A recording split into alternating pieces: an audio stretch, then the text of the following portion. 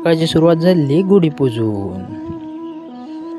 नमस्कार मित्रांनो, मी गणेश गुरुनाथ पवार तुमचं पुन्हा एकदा स्वागत करतोय माझ्या मिनी ब्लॉगमध्ये. सकाळी उठलोय, तयारी वगैरे केलंय आणि त्यानंतर आज गुढीपाडवा असल्या कारणाने म्हटलं देवाची पूजा करून पहिली गुढी उभी करूया. देवाची पूजा झाली, गुढीची वगैरे पूजा झाली, गुढी उभी केलंय. त्यानंतर आज सातेरी देवी आणि वेतोबासाठी जाऊसाठी आम्ही प्लॅन केलेलं. सर्वप्रथम मी गेले आपल्या फोंडा मार्केटमधलं काम झाला. त्यानंतर आज गुढीपाडवा असल्या कारणाने श्रीखंड आणि वेगवेगळ्या वस्तू घेतल्या. त्यानंतर मी जाऊन पोचलोय घराकडे गेलाय. दुपारी जेवण वगैरे झाला. त्यानंतर आम्ही जाऊन गेलो सातेरी देवीसाठी. सर्वप्रथम आम्ही गेलो कणकवलीतल्या भालचंद्र महाराजांच्या मठात. भालचंद्र महाराजांचं दर्शन वगैरे घेतलं. त्यानंतर आम्ही जाऊन पोचलो ओसर गावात. वडापाव वगैरे गेलो, नाश्ता वगैरे केलं. वडापावची टेस्ट एकदम भारीच होती. वडापाव वगैरे खाऊन झालो. त्यानंतर आम्ही जाऊन पोचलो मानसेश्वर देवाकडे गेलो. दर्शन वगैरे घेतलं. दर्शन घेऊन एकदम मन तृप्त झाला.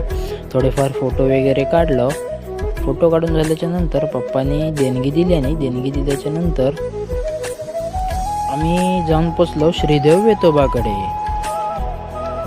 छत्रपाल श्रीदेव वेतोबांकडे जाऊन आपल्या मनातली इच्छा आकांक्षा मागितल्यावर ते पूर्ण होतं. गेल्याच्या नंतर होटी नारळ वगैरे घेतलं. श्री वेतोबांका नारळ वगैरे अर्पण केलं. गारणा वगैरे घातल्याने दर्शन वगैरे घेतलं. आपल्या सबस्क्रायबरांका दीर्घावर आयुष्य लाभून दे ही ईश्वरचरणी प्रार्थना केली. आणि त्यानंतर काही प्रॉब्लेममुळे व्हिडिओ जरा सरळ येत नाही. वेतोबा देवांच्या चपलांचं दर्शन वगैरे घेतले. त्यानंतर आम्ही जाऊन पोचलो श्री देवी सातेरीकडे. सातेरी देवी म्हणजे आरवलीतलीच. सातेरी देवीचं दर्शन वगैरे घेऊन झाला. वातावरण एकदम सुंदर झाला होता.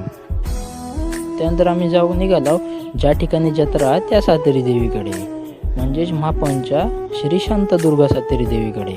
जत्रा तर एकदम नागरिकांनी भारीच भरून गेली होती. जत्रा वगैरे एन्जॉय केलं. लाईनीत थांबल्यामुळे जरा वेळ लागलो दर्शनासाठी. दर्शन वगैरे घेतलं. काही कारणास्तव आपले आतमधले फुटेज काढूक मिळाले नाही. त्यानंतर मित्रांनो, इकडची अशी परंपरा हा की नवस पूर्ण झाल्यावर आग लावतात आणि आगीतले निकारे आपल्या अंगावर ओतून घेतात. जसं की तुम्ही व्हिडिओ पाहू शकता.